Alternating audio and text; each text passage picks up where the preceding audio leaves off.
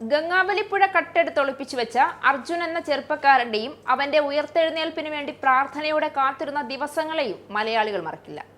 മലയാളികൾക്കാകെ നൊമ്പരമായി മാറിയ കോഴിക്കോട് സ്വദേശിയായ lorry driver അർജുന്റെ ജീവനെടുത്ത ഷിരൂർ ദുരന്തത്തിന് ഇന്ന് ജൂലൈ 16-ന് ഒരാണ്ട് തികയും.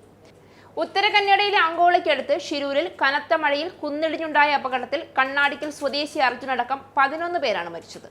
2024 ജൂലൈ 16-ന് രാവിലെ 8:45-ഓടെയാണ് കർണാടക ഗോവ അതിർത്തിയിലൂടെ കടന്നുപോകുന്ന പൻവേൽ കന്യാകുമാരി ദേശീയപാതയിൽ അപകടം നടന്നത്.